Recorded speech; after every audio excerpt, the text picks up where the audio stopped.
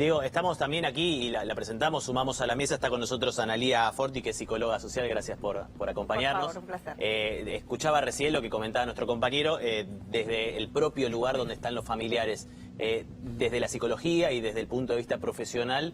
¿Cómo se puede tomar este mensaje que escuchamos hoy, en donde el propio vocero habló de esperanza y desesperanza? La verdad es una situación muy dificultosa. Hay que tener en cuenta algo. Hay diferentes fases dentro de lo que es una intervención en una crisis de estas características. Hay una primera fase que se considera dentro de las primeras 72 horas en que se produce el evento, donde se brinda una cierta acción que tiene que ver con los primeros auxilios psicológicos, y después de esa fase hay que empezar a transitar otra etapa. Acá ya estamos hablando de que han pasado 10 días, con lo cual estas 72 horas ya han transcurrido.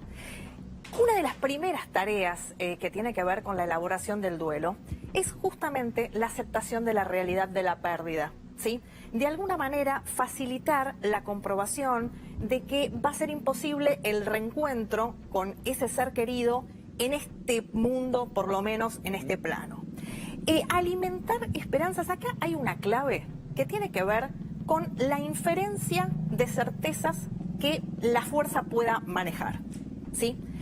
Si no hay posibilidades de inferir que haya sobrevida y lo que están comunicando es esperanza, es un desacierto importante en lo que tiene que ver con la intervención.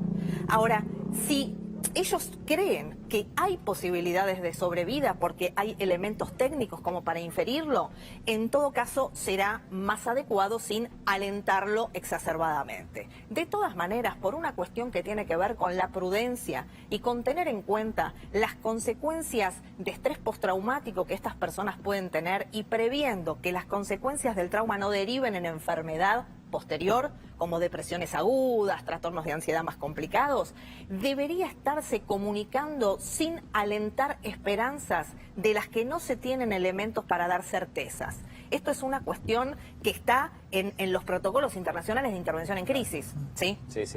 Me parece que si no tienen la certeza, alentar esperanzas, lo único que hace es demorar el inicio del duelo y de alguna manera complicarlo y agravarlo. No quiero dejar de incluir a Analía con una pregunta que surgió hoy cuando veíamos a los familiares. Veíamos las fotos de los familiares, veíamos la situación por la que están pasando, esa incertidumbre. Y la pregunta viene si es conveniente que aquellos que son familiares, que son amigos, estén en contacto directo con la información. Me refiero con los canales, con la radio, con los portales de internet. ¿O se les recomendaría que se aparten de eso, que tengan, si querés, una actitud más cercana entre los familiares, lejos de los medios y lejos de la información? Bueno, es muy buena la pregunta. Todo tiene que ver con las fases y con las etapas. Acá estamos teniendo la complicación que esto se está prolongando muchísimo, se está extendiendo, entonces la etapa de incertidumbre es muy larga. La realidad es esta. Este primer contacto que los familiares y los allegados están teniendo con los medios y están pudiendo declarar, hablar, expresar sus emociones, verbalizar lo que les pasa, de alguna manera lo que hace es facilitarles de alguna manera la sensación de tener un cierto dominio sobre la situación. Pensemos que esta situación es una situación que conecta con la desolación y con la impotencia, ¿sí? No podemos hacer nada, se está haciendo todo y no estamos pudiendo lograr nada. Entonces, el poder declarar, expresar, contar, hablar de cómo eran sus familiares, cómo eran los integrantes de la tripulación, los deseos que tenían, esto les permite de alguna manera armarse y tomar un cierto dominio sobre la situación. Ahora, esto va a tener una fase, va a llegar a una fase que tiene que ver con la aceptación de la realidad de la pérdida, si este fuera el caso, donde en ese caso sí empieza a ser aconsejable y sugerible desde un asesoramiento y una intervención que ellos tengan sus redes de apoyo familiar, mantengan los entornos unidos, pero empiecen a retirarse de los medios para poder empezar finalmente todas las tareas de duelo, que son muchas, que llevan un proceso importante y que en la medida que se está confrontando, que se está esperando, que se está buscando culpables y responsables, no lo pueden hacer. Hay una cuestión que tiene que ver con las responsabilidades que existan y está perfecto que esto se maneje, se desarrolle y se esclarezca, y hay otra cuestión que tiene que ver con lo emocional y con el tránsito del duelo, y esto hay que cuidarlo, porque pensemos algo que es importante. Por cada víctima fatal, si la hubiere, vamos a tener una irradiación de por lo menos 5 o 10 personas de su entorno que se van a ver afectadas. Pero vos fíjate, Analia, lo que pasó hoy. Hoy se circuló por las redes sociales que el familiar de uno de los tripulantes se había quitado la vida. Hasta se daba detalles, que había habido un edificio, se había arrojado creo de un segundo piso, y hoy en la mañana en el programa de Batalla tuvo que salir esta mujer a desmentirlo. ¿Qué pasa? Porque estamos todos preocupados, ocupados, siguiendo la información de diferentes ángulos y surgen estas versiones por redes sociales. ¿Cómo se toma? Tal cual. Hay que tener muchísimo cuidado. Yo siempre trato de comunicar lo mismo. La palabra es una arma que puede ser utilizada de una manera prudente para aliviar y contener, o puede ser utilizada de una manera absolutamente destructiva. Entonces, todos los que en esta situación estén utilizando la palabra, todos, desde el presidente hasta la persona que está comunicando como vocero de las Fuerzas Armadas, hasta el periodismo y los medios de comunicación, hasta también los que participamos de esta situación comunicando desde nuestras incumbencias profesionales, debemos ser prudentes con la palabra, debemos tener cuidado y, por supuesto, también lo que se habla en redes sociales. Los familiares están en una situación de altísima vulnerabilidad. Conversando con uno de los familiares, un colega nuestro lo contaba en una entrevista y a mí me impactó y nunca lo había vivido, obviamente porque gracias a Dios no me tocó vivir una situación tan extrema como esa, pero lo que decía era, yo en ese momento no me acuerdo qué dije.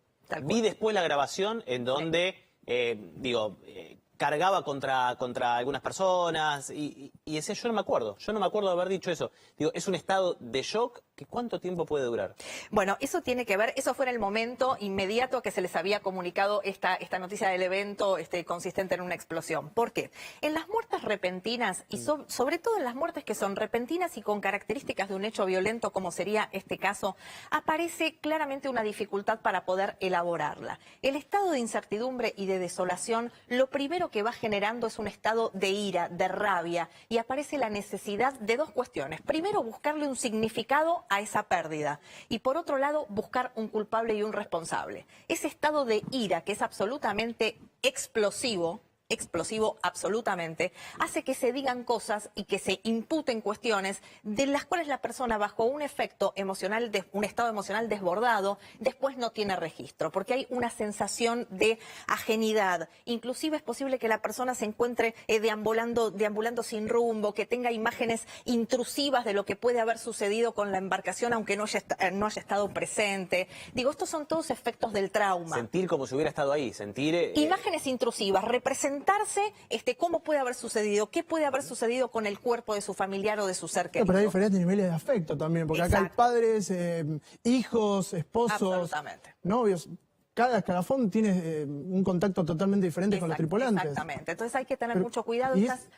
Pero es que es puntual, porque acá estamos viendo que nos dicen, bueno, sí que hay mucha gente en la contención, está haciendo un gran trabajo, después obviamente lo vamos a estar hablando, pero no todos lo toman de la misma manera. Esos chiquitos, ¿con qué trabajo se puede hacer con los chiquitos? Bueno, siempre hay, por eso te decía, dentro de lo que es el triage psicológico, hay que claramente hacer ese filtrado y poder atender las necesidades de los colectivos que son más vulnerables, ancianos, personas con alguna discapacidad, personas que de pronto que tengan poca edad. Entonces, estas cuestiones tienen que ser atendidas con mucho mayor cuidado, pero aquí hay toda una situación que es tremendamente compleja y que, por supuesto, nosotros sabemos que está habiendo una intervención, tampoco confiamos. La vida es un gran acto de fe, confiamos en que se está haciendo como corresponde hacerlo, no lo sabemos, no tenemos certeza. Digo, hay situaciones que tienen que ver con chicos. ¿Qué se comunica? ¿Papá vuelve? ¿Papá no vuelve? No, pero además los chicos antes se lo podía ocultar, pero ahora los chicos están viendo el televisor, el horario que quieran, internet, Twitter, Instagram, toda la información está ahí. Y nos encontramos con familiares, yo he escuchado testimonios, cuestiones muy antagónicas, familiares que de pronto dicen, no, a nosotros nos dijeron están todos muertos, y familiares que dicen, bueno, no, todavía tenemos esperanzas. Escuchamos testimonios de uno de los marines americanos que estaba interviniendo y decía, como en un discurso repetitivo, de mucho ánimo, pero repetitivo, de hemos venido a salvar vidas. Entonces hablamos de salvar vidas y estamos comunicando que todavía hay esperanzas. Yo digo, si hay esperanzas y hay elementos técnicos y fácticos que permitan creer que hay expectativas de vida, bien. Ahora, si no se tiene un porcentaje elevado de esa seguridad, es peligroso lo que se está comunicando. Hay vidas humanas, hay psiquismos, hay reacciones posteriores que se van a tener. En el primer momento la reacción es la explosión, ¿sí? Y está bien que suceda, porque si esto no explota, implosiona. Y si implosiona, lo hace en el mediano o largo plazo con las secuelas que tienen que ver con una enfermedad, con millones de cuestiones, consumo de sustancia, irritabilidad, depresiones agudas, intentos de suicidio y millones de cuestiones. Con lo cual está bien que se expresen de esta manera, pero también hay que ir con el paso de los días y en relación a lo que está sucediendo, manejando una información homogénea, clara, prudente, que de alguna manera vaya dando cuenta del ajuste de realidad. Tenemos posibilidades de encontrar sobrevida o no, porque el psiquismo y las emociones de los supervivientes hay que cuidarlos y se empiezan a cuidar desde hoy. No desde que se encuentre la embarcación o los cuerpos. Una vez que se encuentren los cuerpos, esto va a ayudar a iniciar el duelo si es que se encuentran sin vida. Claro. Ahí en ese punto también lo pensaba, en un accidente automovilístico, otro tipo de característica que también puede ser una tragedia, pero que quizás no tiene una dimensión social tan grande, porque de esto está hablando toda la Argentina y prácticamente todo el mundo, está en las tapas de los diarios europeos también. ¿Ayuda, acompaña ese sentimiento social de que todos estemos preocupados y pendientes de lo que pasa, o es una categoría que empeora la situación? Qué buena tu pregunta.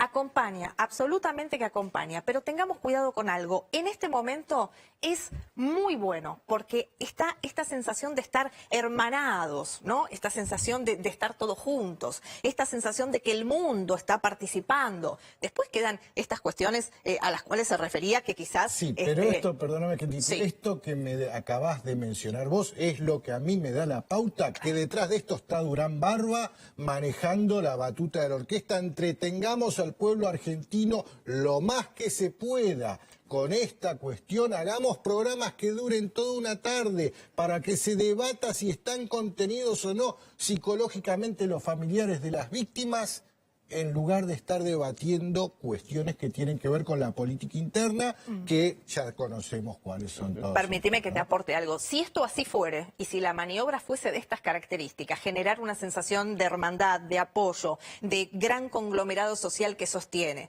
y por detrás se estuvieran moviendo estas cuestiones, realmente el modo de comunicación y la acción sería de características perversas.